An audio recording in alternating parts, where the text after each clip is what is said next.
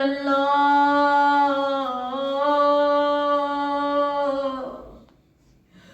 اللہ علیہ وآلہ بعد علی ام الحسنین ام الائمہ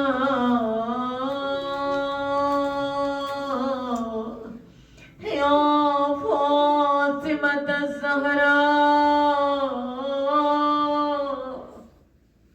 یا مظلومة المغصوبہ اے محمد آل محمد صلی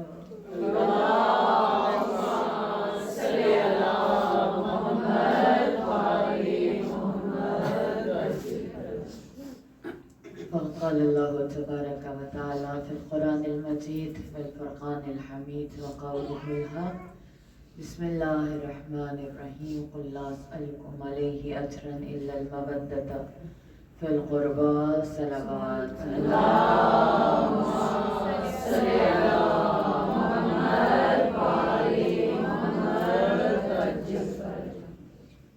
الحمدللہ الذی علی ما انعم ولہ الشکر علی ما الہما۔ پروردگار عالم کا لاکھ لاکھ شکر ہے کہ اس نے ہمیں اپنی بے پایان نعمتوں میں غرق رکھا ہوا ہے، جس نے وہ خوبصورت الہامات ہمارے قلوب کو عطا کیے جو اگر وہ عطا نہ کرتا تو ہم بھی آج گندگی کے ڈھیر میں ہوتے۔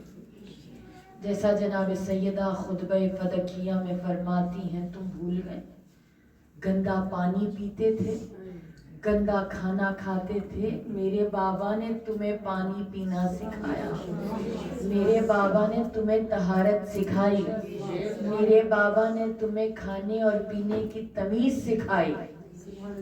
اور آپ تصور کریں کہ الحمدللہ کبھی غور کریں اپنی تمام تر نعمتوں پر تو کائنات کی تمام نعمتیں ایک طرف ہیں اور حب فاطمہ الزہرا ایک طرف ہے، اور اگر دونوں کو میزان میں تول لیا جائے تو حب فاطمہ کا وزن بھاری ہے، کیونکہ یہ عشق فاطمہ، یہ حب فاطمہ ایسا نہیں ہے کہ میں کتابی باتیں کر رہی ہوں، کتابی باتیں نہیں ہے، یہ حقیقت ہے، کہ حب فاطمہ وہ رزق ہے، یہ حب فاطمہ پہ رزق ہے۔ ہم صرف سمجھتے ہیں بڑا گھر، گاڑی، امیری، بینک بیلنس رزق ہے، نہیں میری جان، یہ رزق وہ ہیں جن کو زوال ہے۔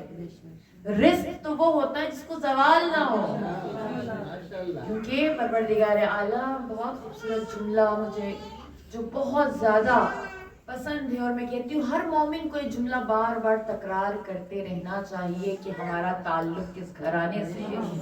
خدا کہتا ہے ان اللہ لا یحب العاجلین، مجھے جلدی ختم ہونے والی چیزیں پسند نہیں ہیں، جو چیزیں جلدی ختم ہو جائیں مجھے پسند نہیں ہے۔ ٹھیک ہے، جب مجنون لیلا کے عشق میں گرفتار ہے، لیلا بیمار ہو گئی، بخار ہے، بستر بیماری پر ہے، جب کوئی اس کی عیادت کے لیے آیا تو کہتی مجنوں سے کہنا مجنوں ایسی چیز کے عشق میں گرفتار نہ ہو جس کو ایک بخار بٹھا دیتا، اس چیز سے عشق رکھ جس کے لیے فنا نہ ہو۔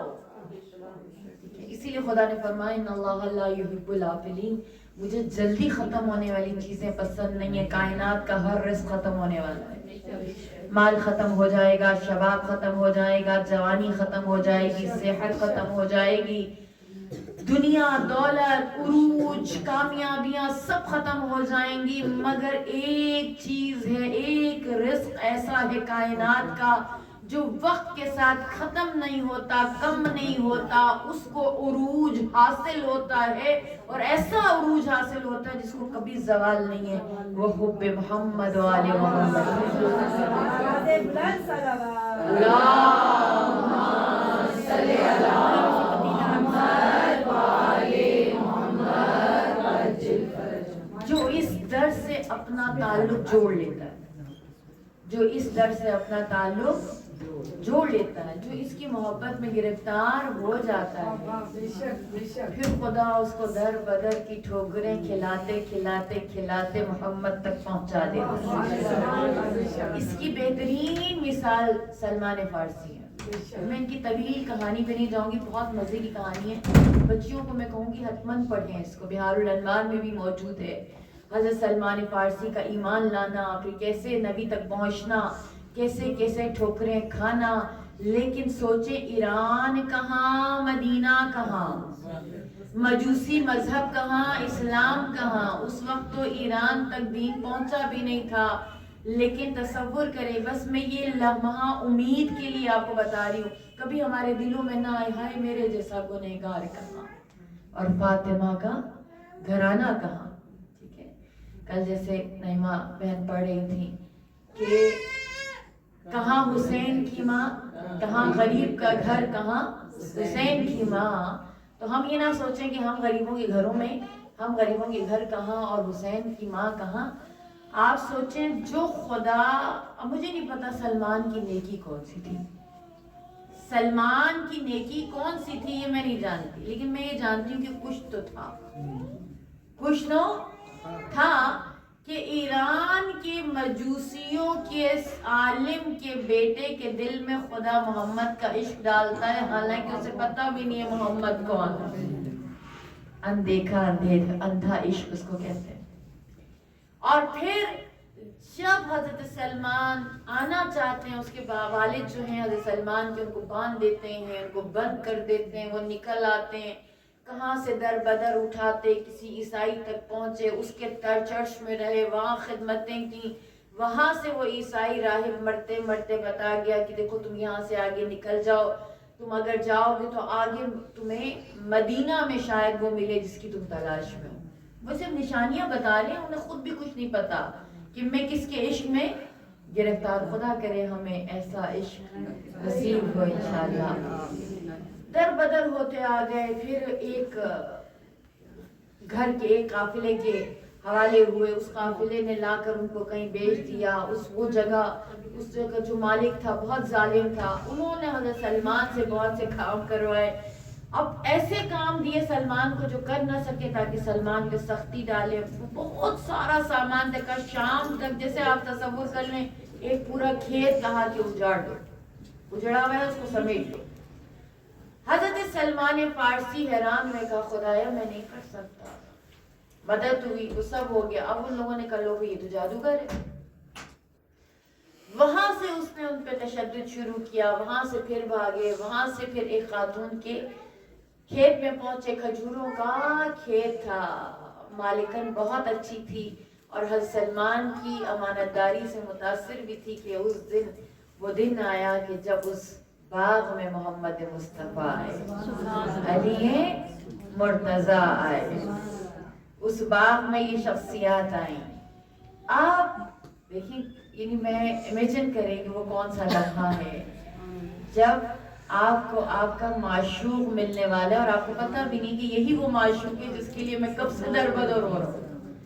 تشریف لائے، وہاں پہ مالکن بہت سخی تھی، کھلایا، کھجوریں کھلائی، کھجور کھائی۔ آپ حضرت سلمان سے رسول خدا نے کہا اپنی مالکن سے کہو کہ تمہیں مجھے بخش دیں، تمہیں مجھے عطا کر دیں، جو مانگتی ہیں میں دینے کو تیار ہوں۔ حضرت سلمان فارسی نے اپنی مالکن سے کہا مالکن دینے کو تیار نہیں ہے، محمد لینے کو تیار ہے، محمد کہہ رہے ہیں کہ مجھے دے دو، اور مالکن کہہ رہی ہے میں نہیں دے سکتی۔ آخر میں مالکن نے ایسی شرط رکھی جو پوری ہو ہی نہیں سکتی تھی۔ مالکن نے کہا ان سے کہنا کہ جتنی کھجوریں کھائی ہیں وہ تو کھائی ہیں، کہا کہ ادھر اسی وقت کھجوروں کے اتنے درخت کھڑے کر کے دکھاؤ تب میں تمہیں بخش سکتی ہوں۔ وہ محمد مصطفیٰ تو اس کو کیا جانے، کہتے ہیں اسی وقت رسول خدا نے وہاں پہ کھجوروں کے جتنے بیج نیچے پڑے تھے سب کو بو دیا، وہ بوئے، تھوڑی دیر میں وہاں درخت اگتے چلے گئے، ان تمام درختوں پہ کھجوریں لد گئیں، کھجوریں لد گئیں۔ دیکھیں ذرا خریدار کون ہے، خریدار کون ہے۔ فرمایا کہ اب وہ خاتون مجبور ہوئی، کہا کہ یہ کوئی عام انسان نہیں ہے، سلمان کو رسول خدا کے حوالے کیا، رسول خدا لے آئے۔ ایسے ہی تو نہیں کہا نا سلمان و منی اہل بیت. اب ایک دن مدینہ کی مسجد ہے اور نبی کہہ رہے ہیں کہ کون ہے, یہ غور سے سنیے گا, بہت پیاری روایت ہے, بہت پیاری. اور بتانے کا مقصد یہ اہل بیت تک پہنچنا مشکل بھی نہیں ہے, مشکل بھی نہیں ہے. بس اپنے دلوں کو ادھر دے دو, اپنے دلوں کو ان کا خریدار بنا دو, ٹھیک ہے, اپنے دلوں کو ان کے ہاتھ فروخت کر دو. آسان ہے نا. آپ ادھر ادھر کی محبتوں میں بھی تو مصروف ہو جاتے ہیں, دنیا کی محبتوں میں ہم غرق ہو جاتے ہیں, ایسی چیزیں جو بے پائیدار ہیں, جو جلدی ختم ہو جانے والی ہیں, ٹھیک ہے. بہرحال جسٹ لائٹر پارٹ, وہ میری پاس ایک صاحب اپنی بیٹی کو لے کر آئے, میرے کالج کی نہیں تھی, کسی اور جگہ سے تھی, کسی اور کالج سے تھی. باپ لے کے آیا, کہنے لگا کہ میرے آگے اس نے ہاتھ جوڑے کہ تو میری آخری امید آپ ہے. بیٹی کسی لڑکے کے عشق میں مبتلا ہو گئی ہے اور اب وہ کہتی ہے کہ وہ نہیں ملا تو میں خودکشی کر لوں گی. تو میں اس کو 2 دفعہ بچا چکا ہوں, اب یہ کہتی ہے کہ مجھے میم کے پاس لے جاؤ تو میں کچھ میرا بن سکتا ہے. میں نے کہا اچھا ایسا کیا اس کو پتہ ہے میم کے بارے میں؟ بہرحال آپ جائیں, میں دیکھتی ہوں بیٹی کو. اس کی بیٹی سے میں ملی. میرا طریقہ واردات یہ کہ میں کبھی کسی کو ڈانٹتی نہیں ہوں, سختی نہیں کرتی, ذرا مذاق میں شرارت کی اس میں بندے کو ٹھیک کر دیتی ہوں. اس سے میں نے مذاقاً پوچھا, میں نے کہا ہاں بیٹا کون ہے, تو کیا کرتا ہے لڑکا, اگر اچھا ہے تو بتاؤ میں خود ہی رشتہ کروا دیتی ہوں, خوشی کی کیا ضرورت. تو اس کی کزن ساتھ تھی, وہ میری اسٹوڈنٹ تھی. اس نے کہا میم کہاں خوبصورت, کہاں اچھا, 1 نمبر کا آوارہ اور بیکار ہے. میں نے کہا ارے بیٹا کم سے کم کسی ڈھنگ کے بندے کے لیے خودکشی کرتی ہیں, اب اس بیکار کے لیے تمہاری خودکشی بھی ضائع ہونے والی ہے. تو بہر وہ ہنسنے لگی. وہ ان دن آپ کو پتہ ہے بورڈ لکھ پا رہا ہے, وہ بڑا مشہور ہوا ہوا تھا. بہر اس کو میں نے مذاق میں کچھ شرارتیں کی اس کے ساتھ. تو وہ والی بات ہے کہ ہم دنیا کی ایسی بیہودہ اور بے معنی لا یعنی چیزوں کے عشق میں مبسوط ہیں. کیوں نہ اپنے دل کو محمد و آل محمد کے عشق میں لگا. مشکل ہے, اور یہ عشق وہ عشق ہے جو انسان کو پاکیزہ بنا دے, ٹھیک ہے. اور مشکل نہیں ہے میری جان, مشکل نہیں ہے, بہت آسان ہے. ابھی آپ کو روایت سناتی ہوں. نبی کہہ رہے ہیں کہ کون ہے جو ہر روز رات کو پورا قرآن ختم کر کے سوتا ہے. آپ میں کون ہے جو ہر رات حج اور عمرہ کر کے سو جاتا ہے. آپ میں کون ہے جو پوری رات جا کر عبادت کرتا ہے. اور آپ میں کون ہے جو دائم الصیام ہے, ہمیشہ در حال روزہ ہے. مسجد میں سارے بیٹھے ہیں, سارے خاموش ہیں, نبی کو ٹک ٹکی باندھ کے دیکھنا ممکن نہیں ہے. اول تو ایٹ اے ٹائم حج بھی کرنا اور عمرہ بھی کرنا, اور وہ بھی ایک رات میں کرنا, اور وہ بھی ہر رات میں کرنا, وہ بھی ہر رات میں قرآن ختم کرنا بھی مشکل ہے, اور ہر رات جاگنا بھی مشکل ہے. یا تو سید سجاد ہو اس کے لیے, یا امیر المومنین ہو جو راتوں کو اتنی رکعت نماز پڑھ لیتے ہیں. سارے پریشان ہیں. پھر سلمان کھڑے ہوئے کہا یا نبی خدا میں کر کے سوتا ہوں. سارے حیران ہوئے. اب وہ جیسے بچے کرتے ہیں نا, ایک بچہ کھڑا ہوتا ہے میں نہیں کیا تو باقی فوراً شکایت لگاتے, نہیں سر یہ جھوٹ بول رہا ہے, ہمیں خود پتہ ہے. تو سارے اصحاب کھڑے ہو گئے, نہیں یا رسول اللہ ہم نے تو خود اس کو دیکھا اکثر سوتے ہوئے, رات کو اکثر سوتے ہوئے ہم نے دیکھا ہے, اکثر دن کو کھانا کھاتے ہوئے دیکھا, کہ کس زیادہ آئی مجھ سے یاد. تو رسول خدا مسکرائے کہا کہ سلمان و منی اہل بیت ہیں, چلے ہم سلمان سے پوچھ لیتے ہیں. ہم سلمان سے پوچھتے ہیں, ہاں بھائی سلمان آپ کیسے کرتے ہیں, عاشق ہے نا. ٹھیک ہے, اب دیکھیں مجلس میں پڑھ کے چلی جاؤں گی. اب آپ میں سے کچھ ہوں گے جنہیں میری ہر بات یاد ہوگی, کچھ کو 1 حدیث یاد ہوگی, کچھ کو 2 حدیثیں یاد ہوگی. لیکن جس کا دل میری طرف متوجہ ہو چکا ہوگا وہ میری ہر بات پہ توجہ کرے گا. جس کا دل میری طرف نہیں ہوگا اس کو میری باتیں سر سے گزر جائیں گی, مسائل میں روئے گا, اٹھے گا, اور فرق ہے نا. ٹھیک ہے, اب سلمان بھی وہیں رہتے ہیں, اسی مسجد میں سنتے ہیں, باقی بھی سنتے ہیں, لیکن فرق کیا تھا, سلمان عاشق محمد. عاشق ہونا اسے کہتے ہیں نا, عشق. ایسی تو میں نے نہیں کہا نا کہ فاطمہ کی محبت وہ رزق ہے جو کائنات کے تمام رزقوں پر بھاری ہے، کیونکہ وہ کاموں کو آسان کر دیتی ہے. آپ کا گرائنڈر 1 منٹ میں پیس دیتا ہے، ہاتھ سے پیستے رہو. ٹھیک ہے. فرمائے یا رسول اللہ آپ ہی نے تو کہا تھا کہ جو شخص رات کو وضو کر کے سوتا ہے وہ پوری رات عبادت کرنے والے کے برابر اس کو ثواب ملتا ہے. میں تو ہمیشہ وضو کے ساتھ سوتا ہوں. کہا یا رسول اللہ آپ نے تو کہا تھا ایک سورہ توحید کا ثواب ایک قرآن ختم کرنے کے برابر ہے. ٹھیک ہے. اور میں رات کو 3 سورہ توحید پڑھ کے سوتا ہوں. اس کا مطلب ہے کہ میں رات کو سونے سے پہلے 3 قرآن ختم کر کے سو جاتا ہوں. اور یہ روایت میں بھی ہے کہ اگر آپ واقعا مشکلات ہیں، یہ مشکلات نہیں بھی ہیں، میں سمجھتی ہوں کہ ہماری مشکلات نا ہمیں نظر آتا ہے میرے پیٹ میں درد ہے، میرے سر میں درد ہے، میری گرہ نہیں کھل رہی، میرے میاں کے ساتھ میرے تعلقات ٹھیک نہیں ہیں، بچے نافرمان. اصل مشکل یہ نہیں ہے. ہماری اصل مشکل کیا ہے کہ ہم امام سے ہمارا کنیکشن نہیں ہو رہا. اصل مشکل وہ ہے. فرمایا کہ بڑی سے بڑی مشکل رات کو 3 دفعہ سورہ توحید پڑھ کے امام وقت کو ہدیہ کر دیا. آسان ہے نا؟ آسان ہے. 3 دفعہ سورہ توحید پڑھ کر وقت کے امام کو ہدیہ کر دیا کرے. آپ ایک قرآن ہدیہ کر رہے. ٹھیک ہے. آپ جب 1 قرآن 2 قرآن 3 قرآن ایک رات میں مولا کو ہدیہ کر کے سو جائیں گے تو کیا امام زمانہ آپ پر نظر نہیں کریں گے؟ ڈیلی گفٹ آ رہا ہے آپ کی طرف سے ادھر، ایک دن گفٹ نہیں آئے گا تو مولا دیکھیں گے کیا بچا ہے آج میرے بندے کی طرف سے نہیں آیا. اپنا نام ابھی اٹینڈنس ڈیلی لگوانی ہے، بس اٹینڈنس ڈیلی لگوانی. ٹھیک ہے. ہم کام بہت کر رہے ہوتے ہیں لیکن بس اٹینڈنس لگوائے بغیر کر رہے ہوتے ہیں. مسئلہ یہ ایک بہت بڑے عالم، بہت بڑے مجتہد وضو کر رہے تھے. آپ کو پتہ بزرگوں کے اپنے انداز ہوتے ہیں نا. ابھی ان کا وضو ختم نہیں ہوا تھا، ایک نمونہ سا لڑکا آیا، چلیے علی کا کٹھا وضو کیا جس ہمارے بچے کرتے ہیں، کیا اندر گیا، آگے باہر آہا نے کہا یہ کیا ہے؟ ابھی تو تم اندر گئے تھے. کہتے ہیں کہ ابھی آگ کا وضو ہی نہیں ختم ہوا اور وہ نماز بھی ختم کر کے آ گیا. آہا نے کہا یہ کیا حرکت ہے؟ اب جوان اس طرح کی حرکتیں کرتے ہیں لیکن بعض اوقات یہ جوان اپنی ان معصومانہ باتوں میں بہت بڑی بات سمجھا دیتے ہیں. کہتا ہے آغا اٹینڈنس لگوانے آیا تھا، لگوا دی اب جا رہا. وہ تو چلا گیا، آغا کا گریہ شروع ہو گیا. اب جو وہ روئے سو بچے ان کے شاگردوں نے کہا آغا ان کو سنبھالا، مسجد کے اندر لے کے گیا. کیوں کہتے دیکھو یہ آ کے اٹینڈنس لگوا کے چلا گیا، مجھے کبھی اٹینڈنس کا خیال ہی نہیں آیا.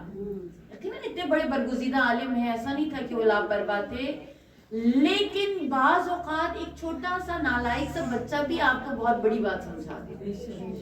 ہمارا بھی والا حال ہے، کرتے بہت کچھ ہیں لیکن اٹینڈنس لگوائے بغیر کرتے. اٹینڈنس لگوانی ضروری ہے. وہ اٹینڈنس کیا ہے؟ آپ کا متوجہ ہونا کہ میں کب آئی ہوں اور مجھے کب نکلنا ہے. نکلنا کب ہے اور آئی کب. اب آپ دیکھیں 3 سورہ، بس آپ امام کے ساتھ کنیکشن اپنا بنائے رکھیں. پھر فرمایا یا رسول اللہ آپ ہی نے کہا تھا جو شخص ایک رات میں تسبیحات 4 پڑھ کے سو جائے، سبحان اللہ والحمد للہ ولا الہ الا اللہ 3 مرتبہ جو شخص تسبیحات 4 پڑھ کے سو جائے گا اس کی مثال ایسے ہے جیسے ایک شخص حج اور عمرہ کر کے سو گیا. آپ نے کہا تھا، اب دیکھیں سنا تو سب نے ہوگا لیکن دل پہ کس کی لکیر بیٹھی؟ سلمان.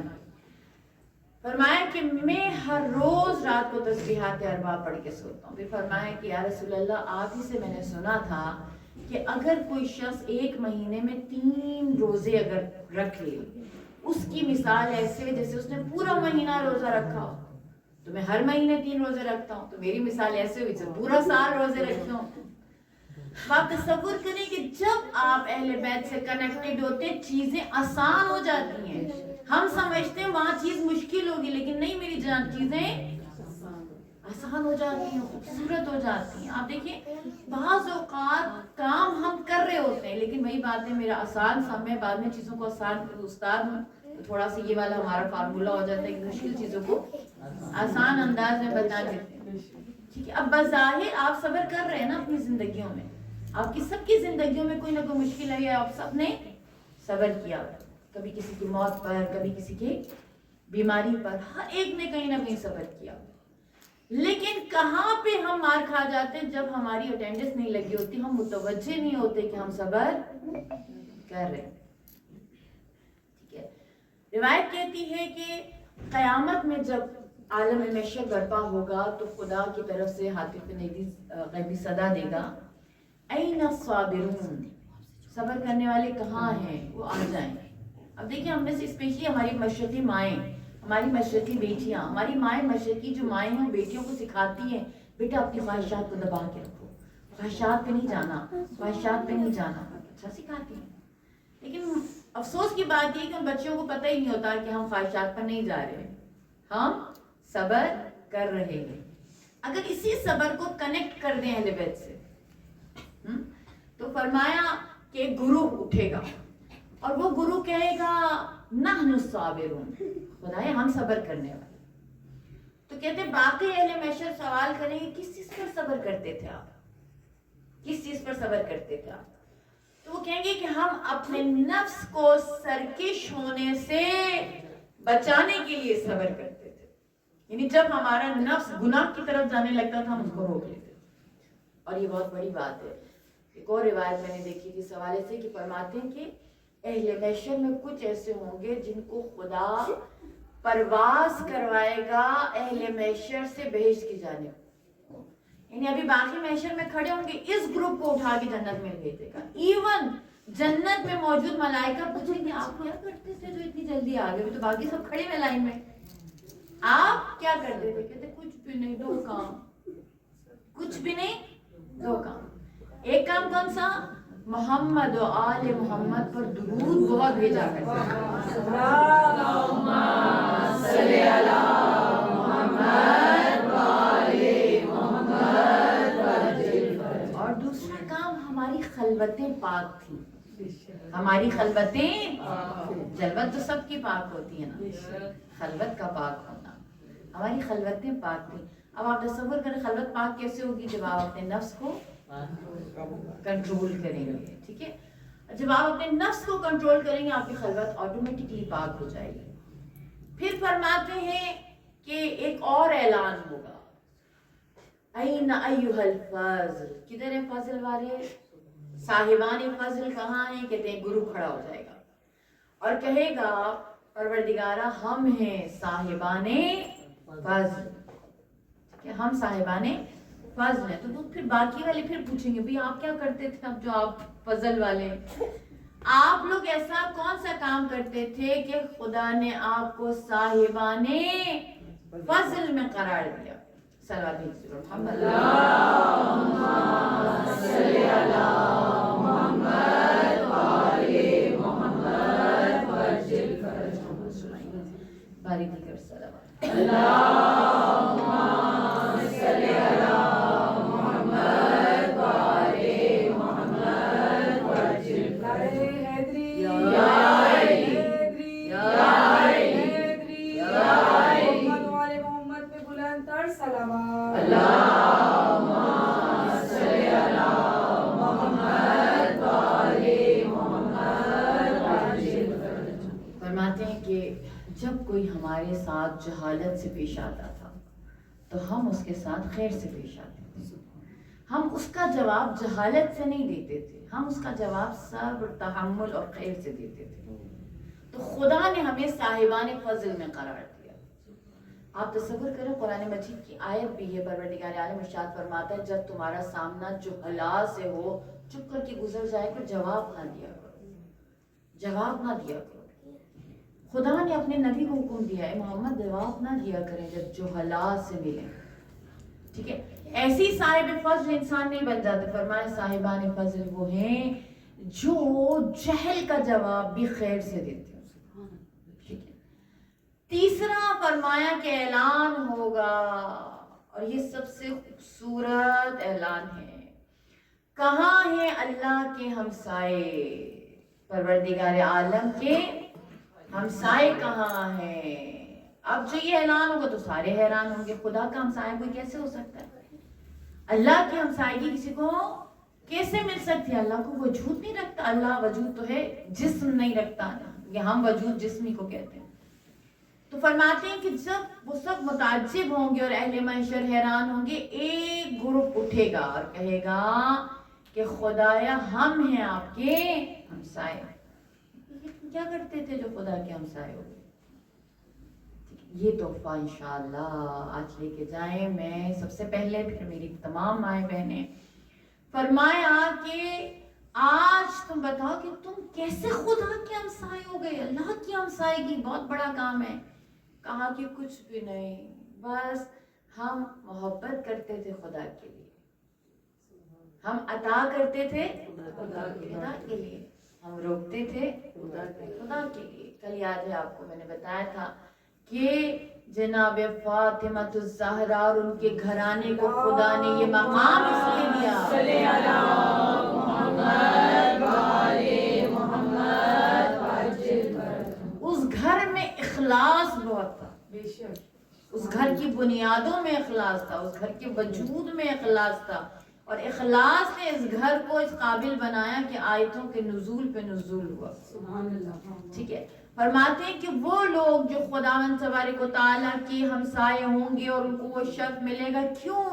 دنیا میں صرف مخلص ہوں گے، کسی جگہ ان کی اپنی غرض نہیں ہوگی۔ مجالس کروا رہے ہیں بی بی کے لیے، خدا کے لیے، آپ لوگ مجلس میں آ رہے ہیں خدا کے لیے، آپ کسی سے محبت کر رہے ہیں خدا کے لیے، بذل کریں خدا کے لیے، کسی کو عطا کر رہے ہیں خدا کے لیے۔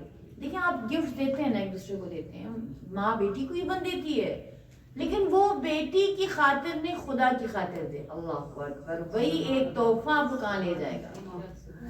بیٹی ماں کو دیتی ہے، وہ تصور یہ رکھے خدایا پروردگار چونکہ تو نے کہا ہے ماں سے محبت کرو، ماں کو تحفہ دو، اس لیے میں ماں کو تحفہ دے رہی ہوں۔ یہی تحفہ میاں بیوی کو دیتا ہے، بیوی میاں کو دیتی ہے، ہمسائے میں آپ ایک دوسرے کو دیتے ہیں، کسی کو بھی، لیکن بذل بخشش خدا کے لیے، عطا خدا کے لیے، دینا خدا کے لیے، عشق خدا کے لیے، محبت خدا کے لیے، یعنی کہ آپ کی زندگی کا محور و مرکز خدا بن جائے تو قیامت میں خداوند تبارک و تعالیٰ ہم سب کو اپنی ہمسائیگی قرار دے گا۔ آپ تصور کریے، میں نے چند کام آپ کو بتائے جناب سیدہ کی، یقیناً جناب سیدہ کے پسندیدہ ترین کاموں میں سے، اور آپ تصور کریں کہ مشکل ہے، کتنے آسان کام، یہ کام مشکل نہیں ہے، یہ کام بہت آسان ہے، لیکن ہم کہاں پہ آ کے پھنس جاتے ہیں جب ہم دین کو اتنا خطرناک پورٹرے کرتے ہیں کہ دین پر عمل کرنا تمہارے بس کی بات نہیں، تم دیندار نہیں ہو سکتے۔ میری جان،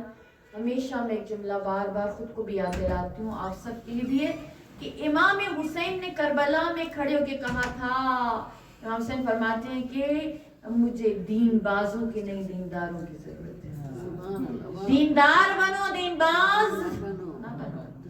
بہت دفعہ ہم دین کو دکھاتے بہت ہیں، لیکن دین ہماری زندگیوں میں نہیں ہوتا۔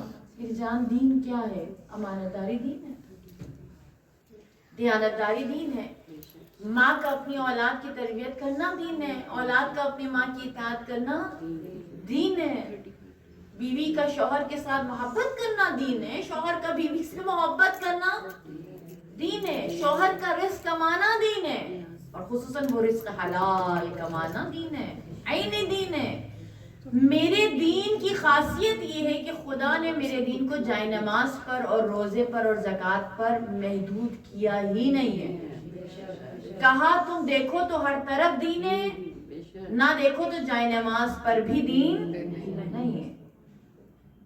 وہ نماز جو مجھے دیندار نہ بنائے، وہ قرآن جو مجھے دیندار نہ بنائے، نہ وہ نماز مجھے فائدہ دے رہی ہے، نہ وہ قرآن مجھے فائدہ دے رہے۔ امام حسین کے اپوزٹ جو لشکر تھا یزید کا، اس لشکر میں ساروں کی پیشانیوں پر سجدوں کے اتنے بڑے بڑے نشان تھے۔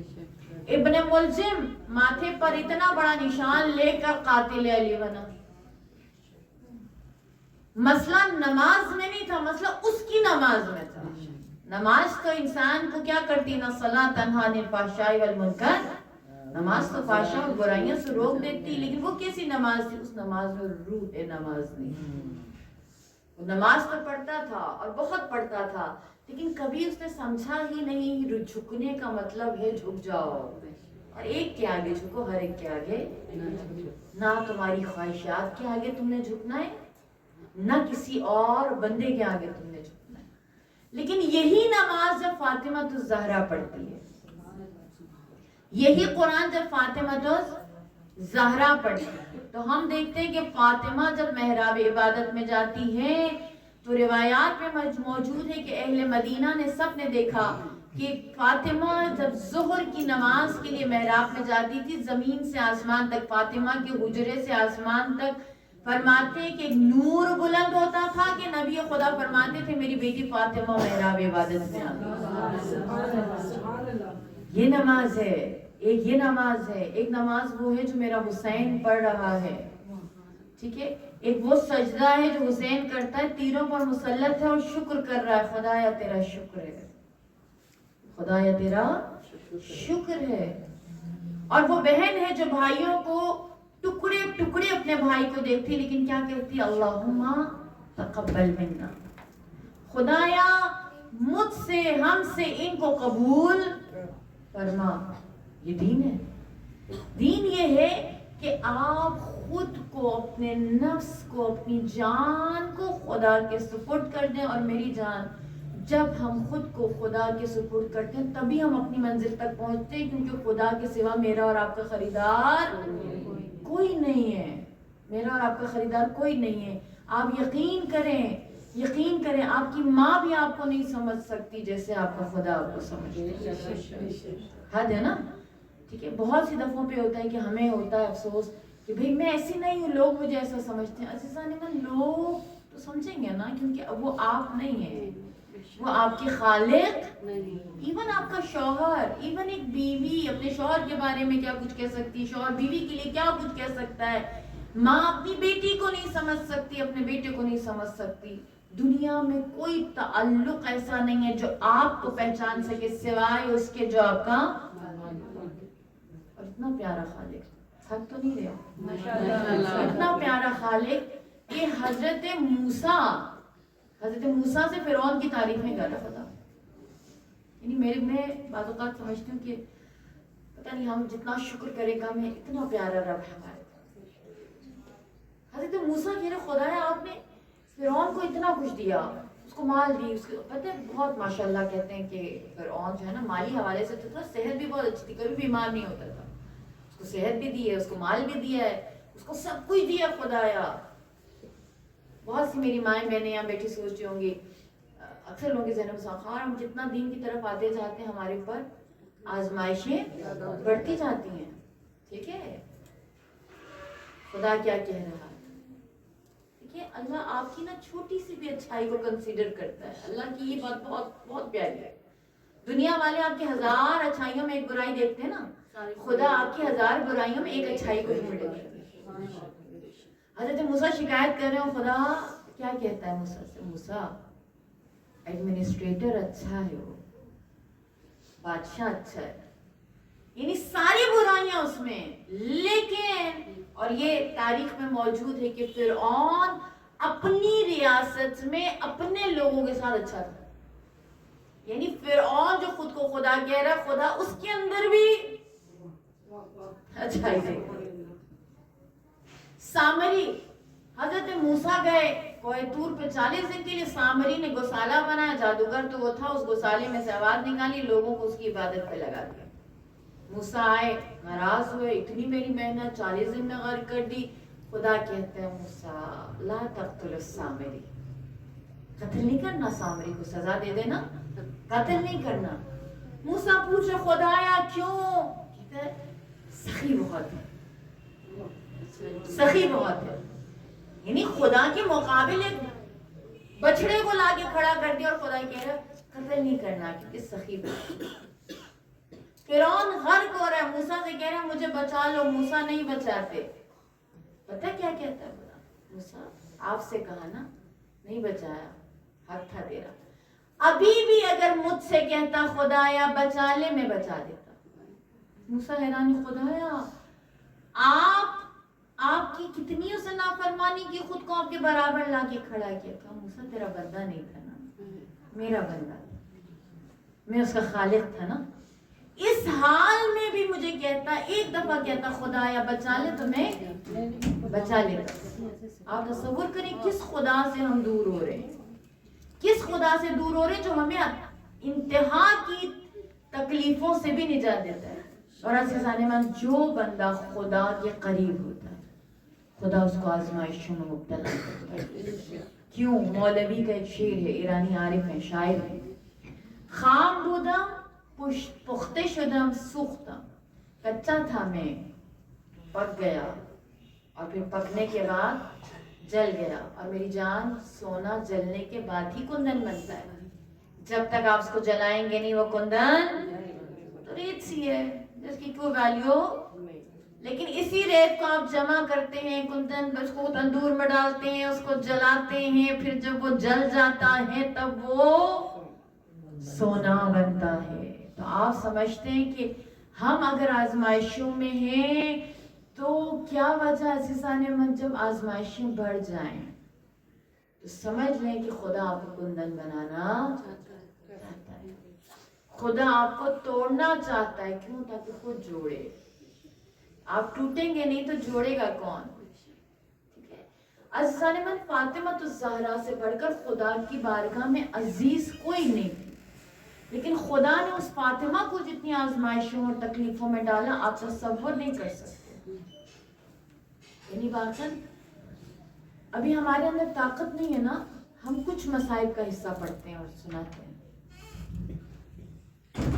ہمارا کلیجہ پھٹنے لگتا ہے۔ ہم نے ابھی مصیبتوں کو صرف چند لمحوں کو بیان کیا اور آپ نے چند جملوں کو سنا ہے، جس نے سہا ہے۔ بہت بڑے عالم مجتہد ذکر پڑھ رہے تھے مصیبت کا، اور وہ ایک عجیب ذکر انہوں نے کیا۔ انہوں نے کہا، وہ محسن کی شہادت پڑھ رہے تھے اور کہتے ہیں محسن آپ وہ ہیں کہ حسن و حسین نے ماں کو تھپڑ کھاتے دیکھا تھا، حسنین نے اپنی ماں کو در و دیوار میں آتے دیکھا تھا۔ محسن آپ تو وہ ہیں جو اپنے ماں کے ساتھ شراکت دار تھا، ماں جب در و دیوار کے درمیان آئی نا تو زخمی آپ بھی ہوئے، شہید آپ بھی ہو گئے۔ فرماتے ہیں کہ آپ اپنی ماں کے ساتھ آپ کی شراکت داری اس حد تک تھی کہ جیسے ماں کی قبر گمنام ہے نا، ایسی محسن آپ کی بھی قبر گمنام ہے، آپ کا بھی پتہ نہیں ہے کہ آپ کو کہاں دفن کیا۔ آپ تصور کریں مائیں بیٹی ہے، شکم مادر میں جو بچہ ہو وہ بھی ماں کو کتنا عزیز ہوتا ہے، اور اس بچے کا ایبارشن ہو جائے تو ماں کتنے دن تک تڑپتی ہے۔ لیکن یہاں پہ تو کیفیت ہی اور تھی۔ اہل بیت کے گھرانے کی دو ایسی ہستیاں ہیں عزیزان من جو بہت جلدی بوڑھے ہو گئے۔ ایک جناب سیدہ فاطمہ الزہرا جو 18 سال کی عمر میں بوڑھی ہو گئی، اور دوسری فاطمہ کی نواسی پوتی جو 4 سال میں زندان شام میں بوڑھی ہو گئی۔ روایت کہتی ہے کہ جناب سیدہ گھر میں روتی تھی نا، مدینہ والوں نے آگے کہا فاطمہ یا دن کو رویا کریں یا رات کو، آپ کی رونے کی آواز سے ہم بے آرام ہو جاتے ہیں، خدا نہ کرے کسی بیٹی کا بابا مر جائے اس کو رونے کی آزادی بھی نہ ہو۔ اب فاطمہ نے بیت الاحزان میں جا کے رونا شروع کیا، اپنے بابا کے روزے پہ جاتی تھی اور جا کے رویا کرتی تھی۔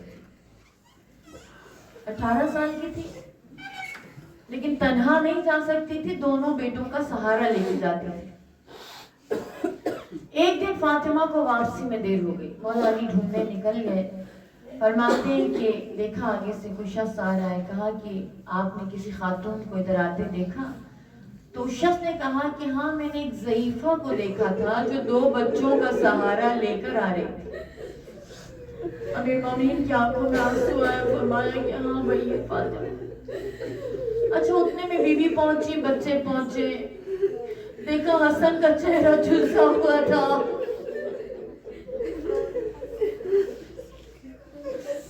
مولا نے پوچھا حسن بیٹا آپ کے منہ کو کیا ہوا، آپ کے چہرے کو کیا ہوا؟ بیٹا بتاتا ہے بابا ماں جس درخت کے سائے میں بیٹھ کر روتی تھی نا اس درخت کو کاٹ دیا تھا تو میں نے اور حسین نے اپنا چہرہ ماں کے سر پہ اس طرح رکھ دیا کہ ماں کو تمازت آفتاب تنگ نہ کرے. بابا ماں کو بچانا چاہ رہا تھا, میرا اپنا چہرہ سورج کی روشنی سے جل گیا. یہ سلوک ہوا ہے فاطمہ الزہرا کا مدینے میں. وہ فاطمہ جو 18 سال کی ہے, سر کے بال سفید ہیں, پسلیاں ٹوٹی ہوئی ہیں, کمر جھکی ہوئی ہے, اور اسی فاطمہ کی نواسی 4 سال کی ہے. اور زندان شام میں جب اس کے بابا کا سر آتا ہے اس کے پاس, روایات کہتی ہیں کہ پہلے اس نے بابا سے کچھ شکایتیں کی, اور 4 سال کی بچی ہے. شکایتوں میں سب سے پہلی شکایت یہ تھی, بابا آپ نہیں تھے نا, بابا آپ نہیں تھے نا تو میری پھوپھی زینب اور ام کلثوم کی چادریں چھین لی تھی. اس کے بعد دوسری شکایت کی ہے سکینہ نے بابا سے, بابا آپ جو عید پہ میرے لیے گہوارے لائے تھے, پتہ بیٹی کو بابا کا تحفہ کتنا عزیز ہوتا ہے. بیٹیاں بیٹھی ہیں مجلس میں, بیٹی کو باپ کا تحفہ کتنا عزیز ہوتا ہے. خدا آپ کے باپ کا سایہ سلامت رکھے. باپ کا لایا ہوا تحفہ ٹوٹ بھی جائے تو بیٹی سنبھال کے رکھتی. سکینہ کہتی, بابا میرے گہوارے چھین کر لے گئے. پھر ایک عجیب جملہ کہتی, بابا میرے مجھ سے مانگتے تو میں دے دیتی ہوں اپنے بچوں کے لیے, پر انہوں نے مجھ سے مانگے نہیں, میرے کان پھاڑ دیے.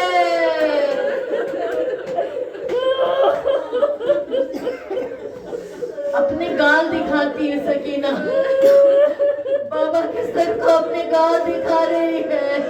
ہائے سکینہ, تیرے نیلے درخار دیکھ کر حسین کو اپنی ماں یاد آئی ہوگی. بابا آپ نہیں تھے نا, میرا چاچا بھی نہیں تھا, میرا بھیا بھی نہیں تھا. بابا شمر مجھ پر جیت گیا, شمر کو میں کمزور لگی. بابا اس کے تھپڑوں نے میرے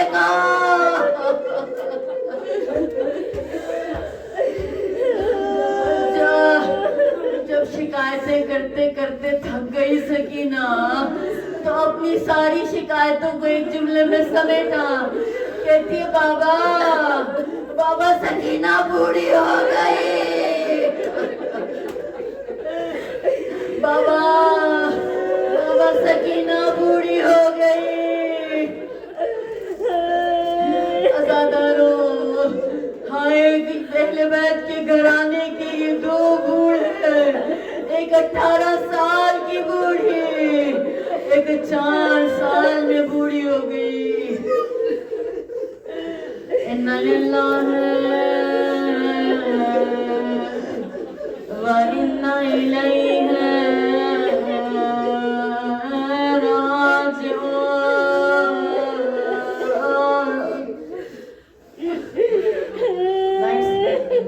مدینہ میں بی بی کے گھر کو یاد کر کے اس گھر کی تاریکی کو چند لمحوں میں یہ رات بھی شام غریب سے کم نہیں. شام غریبوں میں بھی بچے بھوکے تھے. اِنَّ لِلَّهِ وَإِنَّ إِلَيْهِ رَاجِعُونَ. عزاداروں, آج علی سوگوار ہے, آج حسنین سوگوار ہے. عزاداروں, راوی کہتا ہے جنگ صفین زہرا کی شہادت کے 28 سال بعد ہوئی.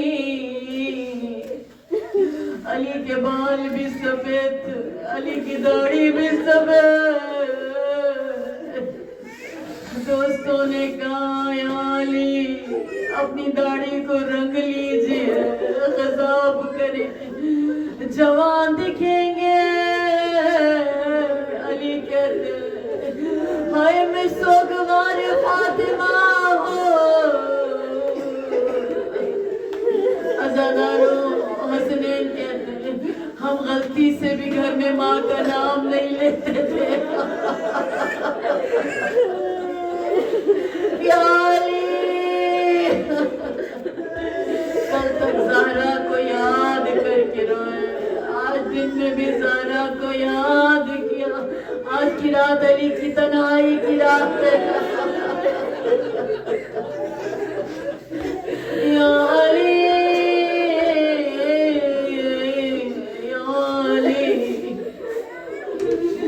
بچے کہتے ہیں تنہائی میں گھر میں کسی لمحے ماں کا نام بابا کے سامنے نہیں لیتے تھے۔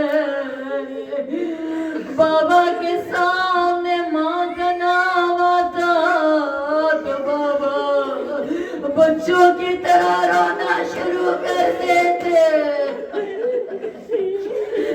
آئے علی کے زخم۔ عزاداروں، آج کی رات علی قبر زہرا پر بیٹھ کے روتے رہے۔ عزاداروں، کتنے دن اور کتنی رات سے علی گھر سے باہر نہیں نکلے۔ خدایا علی کے زخموں کا مرہم زہرا تھی، اور زہرا کے پہلو دیکھا میرا مولا ٹوٹ گیا۔ عزاداروں، آئے زہرا تیرے بعد علی کا یار و یاور کوئی نہ رہا۔ پھر میرے علی کی مظلومیت سنے۔ روایتیں کہتی ہیں پھر علی کیا کرتے تھے، کوفہ کے صحرا میں کنویں بناتے تھے اور کنویں میں بوڑھا اپنا درد بتاتے تھے۔ علی یا علی، عزاداروں وقت استجابت ہے دعا، مشکل کشا علی، ہائے مصیبت میں گریہ کنا ہے علی۔ عزاداروں، آج میرے نبی کا دل ٹوٹا ہوا ہے، آج میرے حسنین کی یتیمی کی پہلی رات، مجھے نہیں پتا بچوں کو نیند کیسے آئے گی۔ خدا کوئی جوان ماں اپنے بچوں سے جدا نہ ہو۔ عزاداروں، پروردگارا تجھے واسطہ زہرا کے شکست پہلو کا، یا اللہ یا اللہ۔ ایک روایت میں نے دیکھی، فرماتے ہیں زہرا کی چادر اتری، زینب نے ماں کو نہیں پہچانا، دربار سے زمین بی بی آئی، زینب دیکھ کے کہتی ہیں بی بی آپ کہاں آ گئی ہے، یہ میری ماں تو نہیں۔ بی بی فرماتی ہیں زینب میں تیری ماں ہوں، تجھے کب پتا چلے گا زینب، ایک دن تیرے پہ بھی آئے گا۔ ہائے میری زینب مدینہ پہنچے گی، ہائے عبداللہ پہچاننے سے انکار کرے گا، اور زینب سے آ کے پوچھے گا ضعیفہ اس قافلے میں میری بیوی بھی تھی۔ یا زہرا،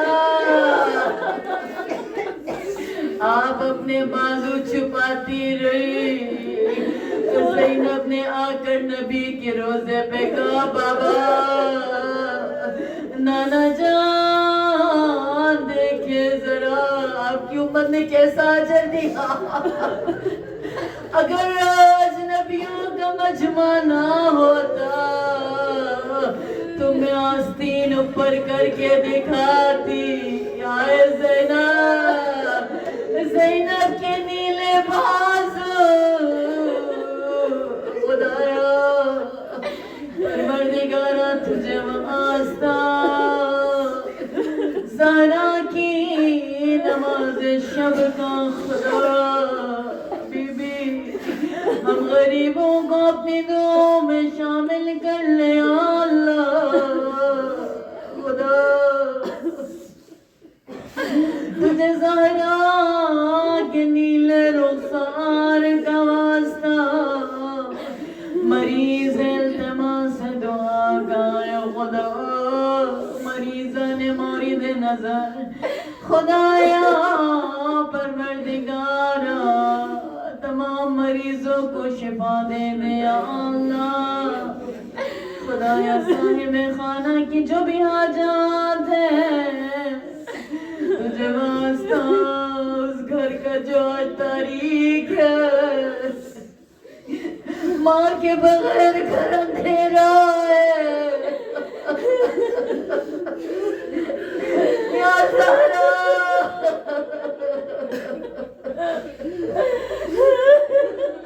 اے خدا مجلس کے بعد ہم سب ایک دوسرے سے گلے لگ کر روتے ہیں لیکن آج ان بچوں کو گلے لگانے والا کوئی نہیں. وہ بچے تو کسی کے گلے سے لگ کر رو بھی نہیں سکتے. خدا تجھے حسنے زینب میں کلثوم کی تنہائی کا واسطہ کسی ماں نے اپنی اولاد کے لیے ہاتھ پھیلائے. خدایا اس ماں کی دعاؤں کو اپنے بچوں کے حق میں پورا فرمایا اللہ. میرے پروردگار میرے امام زمان مجھے نہیں پتا آج میرا امام کہاں ہوگا. پروردگارا نجف میں ہوگا کربلا میں ہوگا یا بقی میں اپنی ماں کی قبر پر روتا ہوگا. اے تنہا میرا امام خدایا میرے امام کے ظہور میں تعجیل فرمایا اللہ.